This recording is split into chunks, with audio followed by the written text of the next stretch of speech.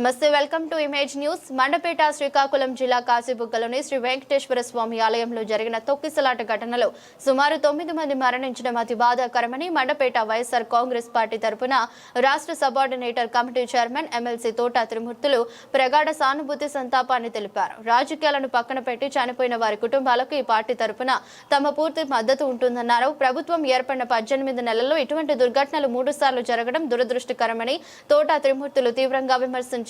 తిరుమల తిరుపతి దేవస్థానంలో చరిత్రలో ఎన్నడూ లేని విధంగా తొక్కిసలాటలో చాలా మంది మరణించారని కార్యక్రమంలో మున్సిపల్ కార్పొరేషన్ సభ్యులు రెడ్డి రాజాబాబు, కౌన్సిలర్లు మందపల్లి రవి, కోలా శ్రీను పాల్గొన్నారు.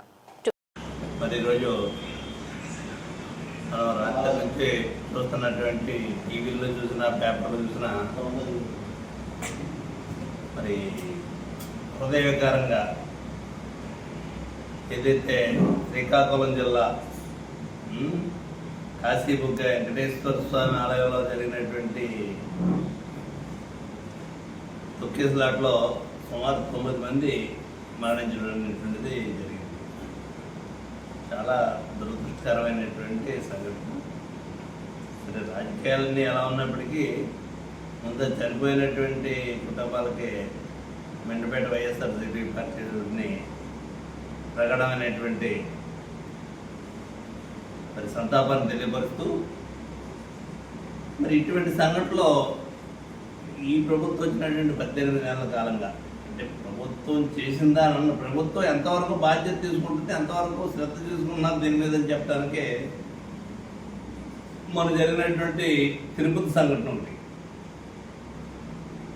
తిరుమల తిరుపతి దేవస్థానంలో చరిత్రలో ఎప్పుడూ లేనటువంటి విధంగా తొక్కేసలాట జరిగి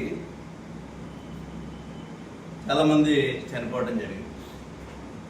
అదేవిధంగా సింహాచలం గోడ కూలిపోయిన సంఘటనలో మరణాలు జరిగినాయి. ఈరోజు శ్రీకాకుళం కాశీబుగ్గ ఆలయంలో, అంటే ఇది కొన్ని స్టేట్మెంట్లు అవి చూశాను నేను. ప్రభుత్వం నుంచి వెళ్ళి ఎస్రేసి అయితే ప్రకటించారు.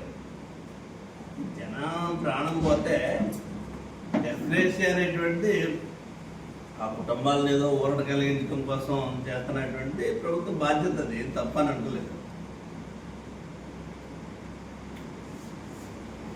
కానీ ఇది ప్రైవేట్ ఆలయం అనేటువంటి చెప్తున్నారు. అంటే భక్తులకి ప్రైవేట్ దేవాలయాలు, ప్రభుత్వ దేవాదాయ ధర్మాదాయ శాఖ ధర్మాన్ని నిర్వహించేటువంటి దేవాలయాలు అనేటువంటి భక్తులకు వేరేగా ఉంటుంది ఏదన్నా.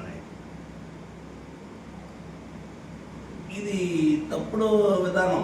అక్కడ జరిగేటువంటి ఆ ఉత్సవాలు కానీ, లేకపోతే అక్కడ ఉన్నటువంటి, ఇప్పుడు అదే వానపల్లి ఉంది, వాడపల్లి శనివారాలు 7 శనివారాలు అనేటువంటి చేస్తున్నారు. విపరీతంగా కొన్ని వేల మంది, లక్షల కొద్ది వచ్చినట్టు వస్తున్నారు శనివారం రోజు. అంటే దానికి ప్రభుత్వం తీసుకోవాల్సినటువంటి, పోలీస్ డిపార్ట్మెంట్ తీసుకోవాల్సినటువంటి, ప్రభుత్వం తీసుకోవాల్సినటువంటి చర్యలు ఏవైతున్నాయో తప్పనిసరిగా తీసుకోవాలి. అది ప్రభుత్వ నడిపిస్తున్న దేవాలయమా, లేకపోతే ప్రైవేట్ వ్యక్తులు నడిపిస్తున్న దేవాలయమా అనేటువంటి దాని గురించి ఇక్కడ అటువంటి ప్రశ్న తీసుకురావడం అనేటువంటిది చాలా శోచనీయం. రాత్రి నేను మాట్లాడేటప్పుడు చూశాను, ఇది ప్రైవేటు వ్యక్తులు నిర్వహిస్తున్నటువంటి దేవాలయం అనేటువంటి.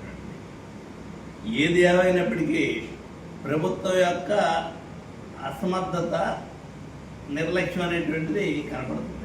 ప్రతి శనివారం కూడా ఆ దేవాలయానికి, అంటే మొన్న వచ్చేటప్పటికి ఏకాదశి శనివారం అనేటువంటిది వచ్చింది.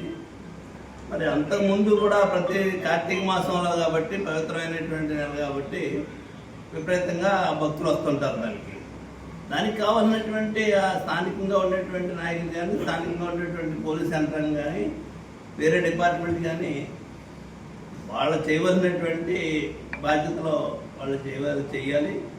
మరి ఇటువంటి దుర్ఘటన, దురదృష్టకరమైన సంఘటన ఈ దేశంలో, ఈ రాష్ట్రంలో 3 సంఘటనలు జరిగినాయి. మరి దానికి ప్రభుత్వం బాధ్యత కాదా అనేటువంటిది మేము అడగం. ఆ ప్రశ్న మీకే వదిలేస్తున్నాం. ఇటువంటి సంఘటనలో ఇంకొకసారి పునరావృతం కాకూడదనేటువంటిది మీకు తెలియపరుస్తూ ఒక్క నిమిషం.